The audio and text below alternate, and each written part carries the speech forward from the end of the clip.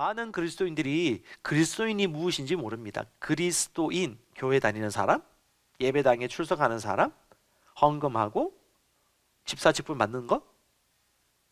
아니에요. 브랜드 네임 처치 교인? 아닙니다. 예, 그리스도인이 무엇입니까? 그것에 대해서 저와 여러분은 이해할 수 있으셔야 돼요. 기독교가 뭡니까? 기독교가 한자 말이죠. 기독. 이게 예수 그리스도 할 때 그리스도란 말을 음력어로 푼 것이 기독이에요. 그게 한자 기독입니다. 기독교는 다른 말로 그러면 그리스도교. 예, 그리스도교입니다. 그리스도교. 예, 기름 부음 받은 자. 예, 기독. 그리스도교. 예, 맞습니다. 기독교. 그러면 예수를 믿는다는 건 기독교인은 어떤 사람입니까? 종교인입니까? 종교인이 아니죠. 기독교인은 그리스도인을 모시고 있는 사람. 다른 말로 하면 그리스도의 생명을 가진 사람. 그리스도의 본성에 참여한 사람.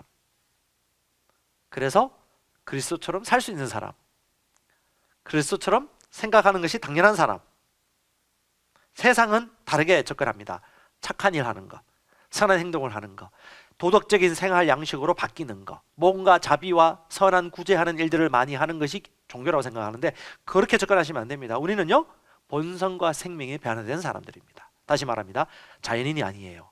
그리스도인입니다. 이 세상 사람이 아니에요. 하늘에 속한 사람입니다. 그리스도인은 그리스도께서 가지고 계신 본성과 생명을 동일하게 가지고 있는 사람. 이걸 저와 여러분이 이해하셔야 됩니다. 다시 한번 정리합니다. 새로운 피조물은 거듭난 새 영입니다. 새 스피릿입니다. 거듭난 새 영입니다. 새 속사람입니다. 예, 혼이 아니에요. 육체가 아닙니다. 새로운 피조물, 거듭난 영은 뭐라고요? 새 피조물. 거듭난 사람은 거듭난 새 영입니다. 다시 말합니다. 거듭난 새 영입니다. 이걸 의식하십시오. 제가 반복해서 얘기하는 이유가 있습니다. 거듭난 새 영입니다. 나는 영이다 라고 의식하십시오. 또 새로운 피조물은요, 하나님의 가족입니다. 하나님의 가족이란 말은 아버지의 생명을 이어받은 동일한 생명 공동체란 것이죠. 우리는 하나님의 본성을 받았습니다. 하나님의 생명을 받았습니다. 그래서 하나님의 가족입니다. 가족. 예, 케냐 목사님이 강조하시죠. 하나님의 가족. 예, 우리 아버지는 하나님입니다.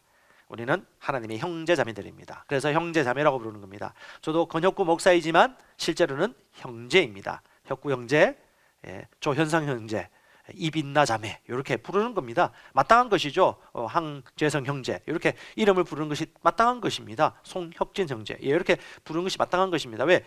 우리는 아버지가 한 분이시니까.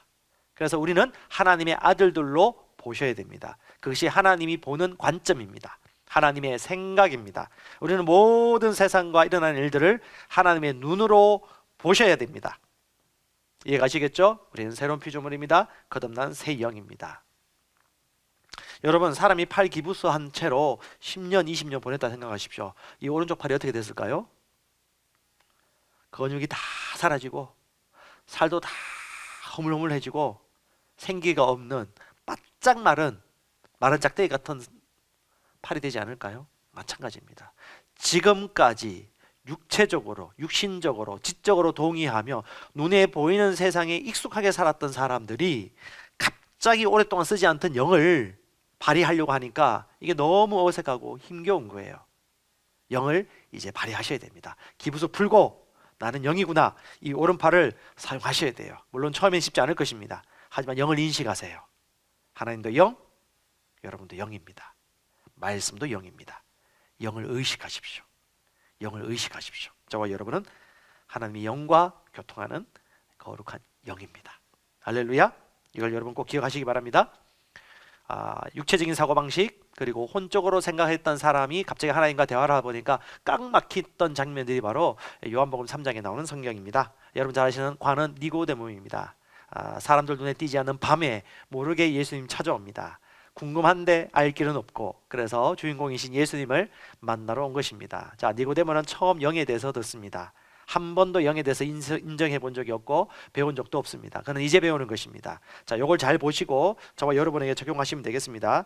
요한복음 3장 1절, 니고데모라 하는 바리새인 한 사람이 있었으니 유대인 관원이라. 그가 밤에 예수께 와서 말씀하기를, 랍비여, 우리는 당신이 하나님께로부터 오신 선생이신 줄 압니다. 이는 하나님께서 함께 하지 아니하시면 아무도 당신 행하시는 이런 기적을 행할 수 없기 때문입니다 라고 하더라. 예수께서 대답하여 그에게 말하기를, 진실로 진실로 내가 너에게 말하노니 사람이 잘 들으세요. 거듭나지 아니하면, 다시 말하면 born again, 다시 태어나지 아니하면 하나님 나라 볼 수 없느니라고 하니라. 그러자 니고데모가 충격받은 겁니다. 이게 무슨 말이야? 아니 내가 벌써 나이가 들어가지고 이 몸과 육체가 나이 들어가고 있는데 다시 태어나라고 이해할 수가 없죠. 왜냐? 지금까지 계속 혼으로 작용했기 때문에, 쓰던 팔을 썼기 때문에, 영에 대해서 모르기 때문에 이해가 안 되는 거예요. 하나님 말씀이. 성경 이야기 다 이런 이야기입니다. 로마서 이야기가 다 이런 이야기예요. 영에 대한 이야기, 숨은 속사람에 대한 이야기, 하나님의 말씀의 계시에 대한 이야기. 이걸 혼으로 지적 동의하는 기간으로 이해하려고 하니까 복잡해지고 신학이 어려워지고 힘든 것입니다. 4절에 얘기합니다. 니고데모가 주께 말씀드리기를 사람이 늙으면 어떻게 다시 태어날 수 있습니까? 자, 머리로 반응하는 겁니다. 사람이 자기 어머니 태에 두 번째 들어갔다가 다시 태어날 수 있습니까? 라고 하니 예수께서 대답하시기를 진실로 진실로 내가 너에게 말하노니 사람이 물과 성령으로 태어나지 아니하면, 물과 성령으로 거듭나지 아니하면 하나님 나라에 들어갈 수 없다 라고 하나님이 말씀하시죠. 예수님께서. 뭘로요? 다시 태어나야 된다. 그게 무슨 말입니까? 이해할 수 없습니다 라고 하니까 아주 신비한 얘기를 하죠. 물과 성령으로 다시 태어나는 거야. 어떻게 태어난다고요? 예, 물과 성령으로 태어나는 그 새로운 탄생에 대해서 얘기하는 거예요. 그 새로운 탄생이 뭡니까? 그 다음 구절에 나와요. 6절에 육신으로 난 것은 육이요, 영으로 난 것은 영이니라. 육에서 난 것은 육이요, 영에서 난 것은 영이니라. 다른 말로 영적인 탄생을 얘기하는 것이죠. 영적인 거듭남을 얘기하는 것이죠. 보이지 않는 그 영적인 거듭남이 뭘 통해서 일어난다고? 물과 성령으로 태어나는 것이다. 이 물과 성령이 뭡니까? 뭐 성경 연구해 보시면 아시겠지만 성령은 여러분 우리가 예수를 믿을 때 다시 태어나는 것입니다. 그리스도인이 되고자 예수를 영접할 때 다시 태어나는 것이죠. 새로 태어날 때 어떻게 태어납니까? 성령께서 역사하는 것입니다. 그때 하나님이신 성령께서 역사하는 것입니다. 그리고 뭘로? 물과 성령. 예, 물은 뭡니까? 말씀이라고 믿으시면 되겠습니다. 에베소서 5장 26절에 공부해 보시면 말씀에 의한 물로 거룩하게 우리를 씻었다고 얘기합니다. 여기서 주로 이 물이 뭐냐 찾아보면 성령도 얘기하는 부분이 있지만 또 말씀을 얘기하는 구절들이 있습니다. 말씀과 성령으로 해석하시면 됩니다. 즉 새로운 탄생, 그러니까 거듭난 새로운 영은, 새로운 피조물은요 말씀과 성령으로 다시 태어납니다. 요한복음 15장 3절에도 하나님의 말씀으로 너희를 거룩하게 깨끗이 씻었으니 라고 얘기합니다. 예, 말씀으로 너희를 깨끗이 씻었다고 얘기합니다. 베드로전서 1장 23절에도 너희가 거듭남은 썩어질 씨가 아니라 썩지 아니할 씨인 하나님의 말씀으로 태어났다고 합니다. 예, 씨 하면 말씀 생각하셔야 돼요. 썩지 아니할 씨는 영원한 말씀이죠. 그게 하나님의 말씀입니다. 즉 우리는 말씀에서 태어난 말씀의 자녀들입니다. 할렐루야. 야고보서 1장 8절에도 말씀으로 너희는 태어났다, 말씀으로 내가 너희를 낳았다라고 얘기합니다. 즉 우리는 말씀에서 태어난, 성령으로 말미암아 태어난 거룩한 새로운 사람, 거듭난 새 영, 바로 새로운 피조물입니다. 이걸 저와 여러분들은 오늘 정확하게 이해하셔야 돼요. 말씀을 먹으니까 말씀을 얘기하셔야겠죠.